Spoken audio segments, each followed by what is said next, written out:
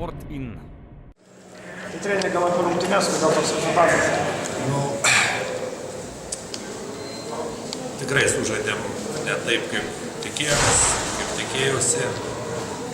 Galvoju, viena iš pagrindinių priežasčių buvo vis dėlto per didelis jaudulys. Kaip bekalbėtumėm, bet su tuo nesusitvarkėme. Ir tie sprendimai ir skuboti ir taip toliau, ir taip toliau.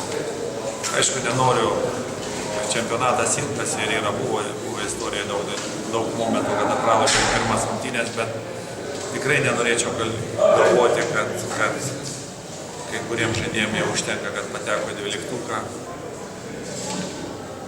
Ir tikiuosi, kad jis atsiskleis ateityje.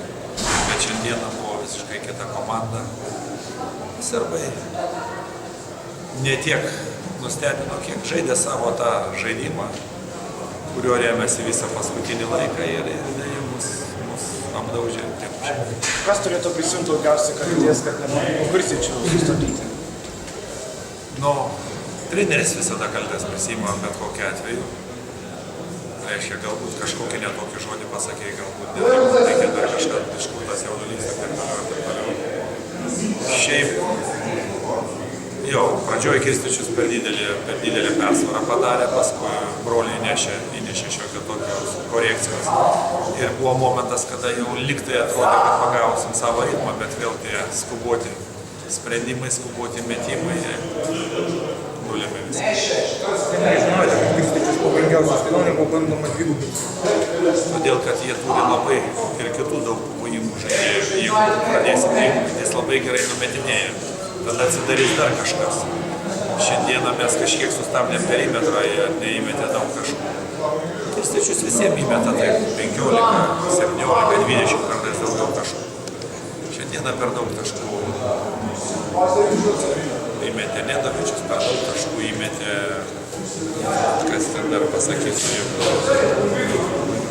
galvoju, Milica per daug taškų reikėjo. Aišku, ir Krstičius per daug. Galėjom biškai geriau, bet kartais darėm kitką, ne tą, ką buvom sutarę daryti. Treneri, ar Meškos paslaugos nepadarė favoritai etiketę? Tai matot, aš to ir bijojau, jeigu jūs pamenat ankstesniuose pokalbiuose, kada per daug kalba gražiai, tai tada lauk blokų. Treneri, kas sutrukdė jauniesiam Valančiūnų ir Motiejūnų geriau pasirodyti, ar jaudulys, ar kažkokios kitos priežastys? Jeigu aš viską žinočiau, aš būčiau dievas, bet aš irgi tik tai galiu spėlioti ir pasakyti, kad aš tikiuosi, kad jie ateityje dar sužais labai daug gerų rungtynių už Lietuvą, o dabar gal jauduliukas, pasižiūrėkim, pavyzdžiui, kiti žaidėjai, ne tik tie du.